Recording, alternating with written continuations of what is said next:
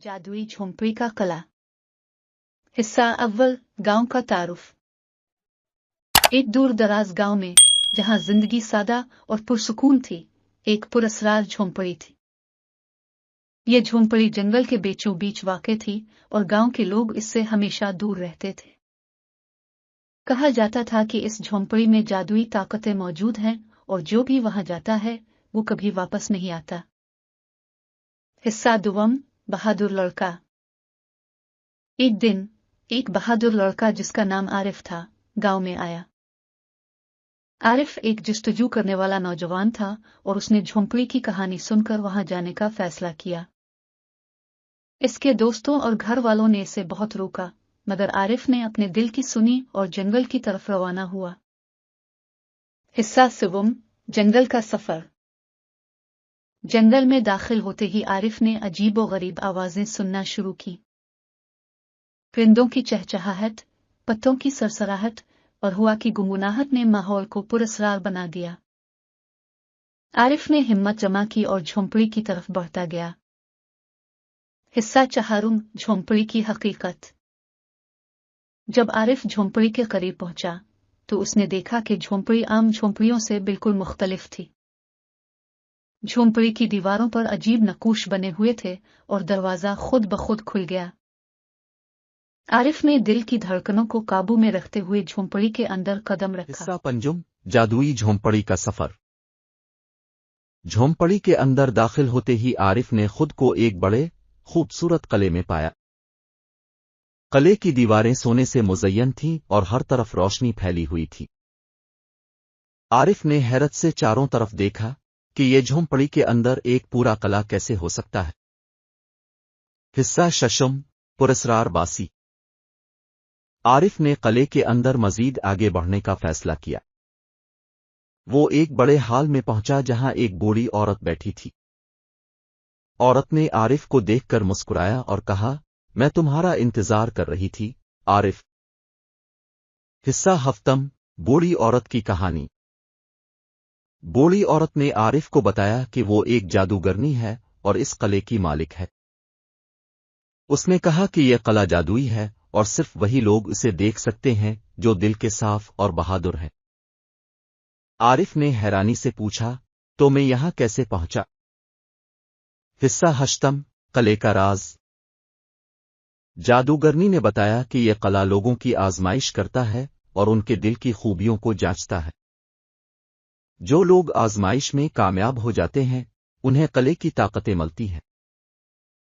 आरिफ ने दिलचस्पी से कहा, मैं भी आजमाइश देना चाहता हूं। नहुम, आजमाइश की तैयारी।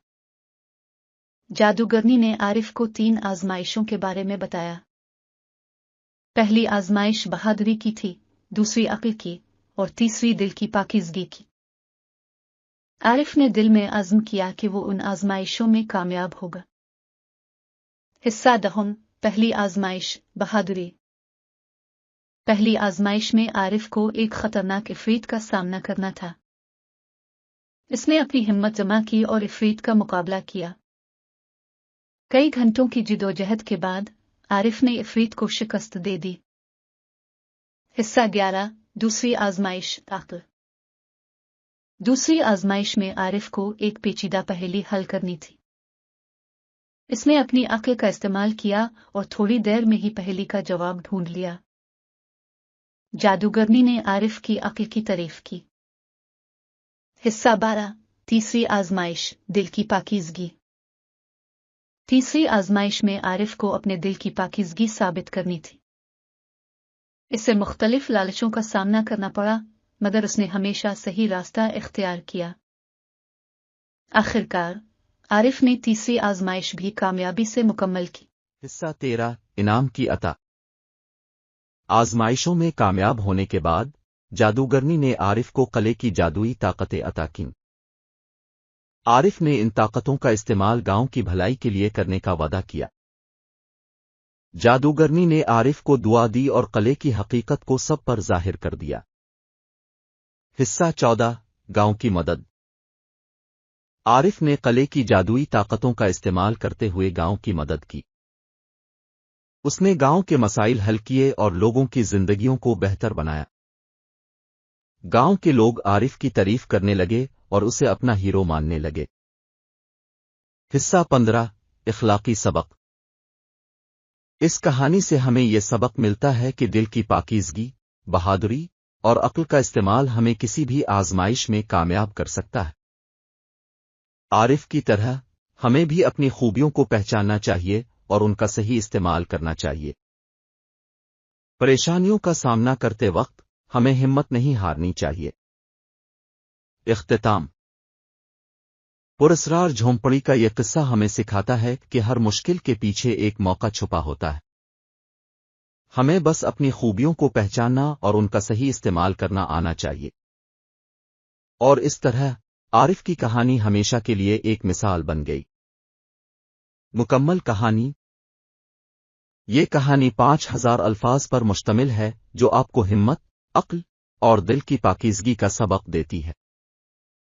इसे सुनते वक्त आपको हर लम्हे में दिलचस्पी और तजस्सुस महसूस होगा। और आखिर में आपको एक बेहतरीन इखलाकी सबक मिलेगा जो आपकी जिंदगी में मददगार साबित होगा।